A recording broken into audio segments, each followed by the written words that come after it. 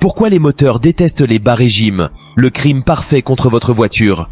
Avez-vous déjà ressenti ce petit tremblement, ce bruit sourd et étouffé, lorsque vous forcez votre voiture à rouler trop lentement sur un rapport trop élevé? Ce n'est pas une simple sensation, c'est le signal de détresse de votre moteur.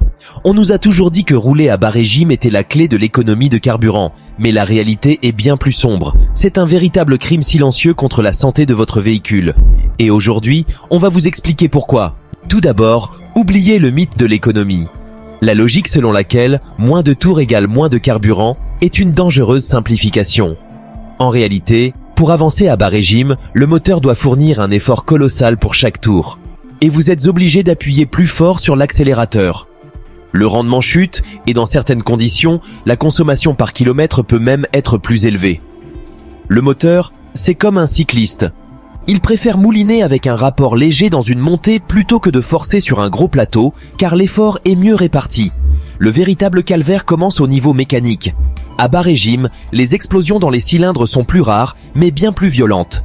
La pression exercée sur la tête des pistons, les bielles et le vilebrequin est colossale et concentrée, ce qui provoque une usure prématurée de ces pièces vitales.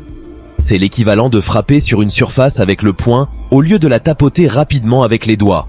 L'impact est brutal. Le second problème est celui de la lubrification. Le film d'huile qui protège les pièces des frottements est maintenu par la rotation rapide du moteur. À bas régime, la pompe à huile ne tourne pas assez vite, ce qui affaiblit ce film protecteur. Le résultat? Un contact métal contre métal qui ronge les pièces comme les coussinets de bielle et peut mener à une casse moteur catastrophique. Enfin, le bas régime est un ennemi invisible qui cause l'encrassement.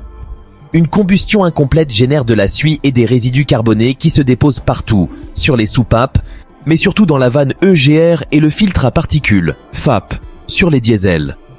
Ces composants, qui nécessitent des températures élevées pour se nettoyer, s'encrassent et finissent par se boucher, ce qui entraîne une perte de puissance et des factures de réparation salées.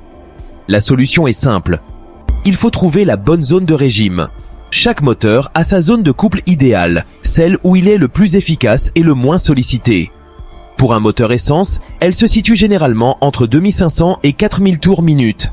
Pour un diesel, elle est plus basse, entre 1800 et 3000 tours minute. C'est dans cette plage que votre moteur est le plus heureux et le plus durable.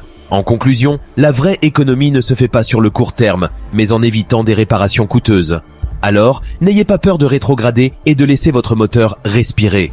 C'est le meilleur moyen de prolonger sa vie, de réduire la pollution et d'assurer sa longévité. Écoutez votre voiture, elle vous remerciera.